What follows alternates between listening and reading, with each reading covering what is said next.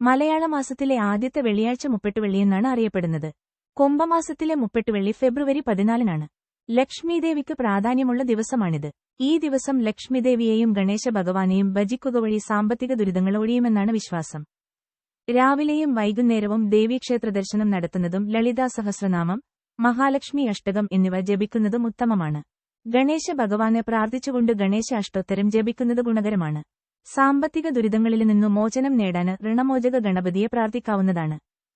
ദേവിക്ക് വെളുത്ത പൂക്കള് സമർപ്പിക്കുന്നതും പുഷ്പാഞ്ജലി, പാൽപ്പായസം എന്നിവ വഴിപാടായി ഈ ദിവസം സമർപ്പിക്കുന്നതും ഉത്തമമാണ്.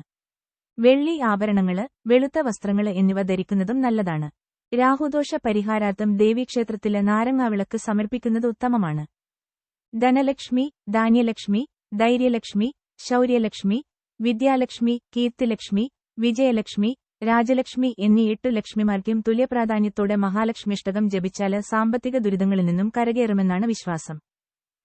ധനലക്ഷ്മിയാല് ഐശ്വര്യവും, ധാന്യലക്ഷ്മിയാല് ദാരിദ്ര്യമോചനവും, ധൈര്യലക്ഷ്മിയാല് അംഗീകാരവും, ശൗര്യലക്ഷ്മിയാല് ആത്മവിശ്വാസവും, വിദ്യാലക്ഷ്മിയാല് അറിവും, കീർത്തിലക്ഷ്മിയാല് സമൃദ്ധിയും, വിജയലക്ഷ്മിയാല് ലക്ഷ്യപ്രാപ്തിയും, രാജലക്ഷ്മിയാല് സ്ഥാനമാനവും ലഭിക്കുമെന്നാണ് വിശ്വാസം. മഹാലക്ഷ്മ്യഷ്ടകം. നമസ്തേസ്തു മഹാമായേ ശ്രീപീഠേ സുരപൂജിതേ ശംഖചക്രഗദാഹസ്തേ മഹാലക്ഷ്മി നമോസ്തുതേ. നമസ്തേ ഗരുഡാരൂഢേ കോലാസുരഭയങ്കരി സർവപാപഹരേ ദേവി മഹാലക്ഷ്മി നമോസ്തുതേ. സർവജ്ഞേ സർവവരദേ സർവദുഷ്ടഭയങ്കരി സർവദു കഹരേ ദേവി മഹാലക്ഷ്മി നമോസ്തുതേ. സിദ്ധി ബുദ്ധിപ്രദേ ദേവി ബുദ്ധിമുക്തിപ്രാദായിനി മന്ത്രമൂർത്തേ സദാ ദേവി മഹാലക്ഷ്മി നമോസ്തുതേ. ആത്യന്തരഹിതേ ദേവി ആദിശക്തി മഹേശ്വരി യോഗദേ യോഗസംഭൂതേ മഹാലക്ഷ്മി നമോസ്തുതേ.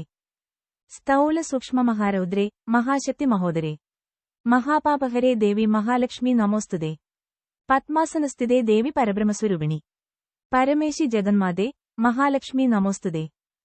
ശ്വേതാംബരധരേ ദേവി നാനാലങ്കാരഭൂഷിതേ ജഗസ്ഥിതേ ജഗന്മാതര മഹാലക്ഷ്മി നമോസ്തുതേ.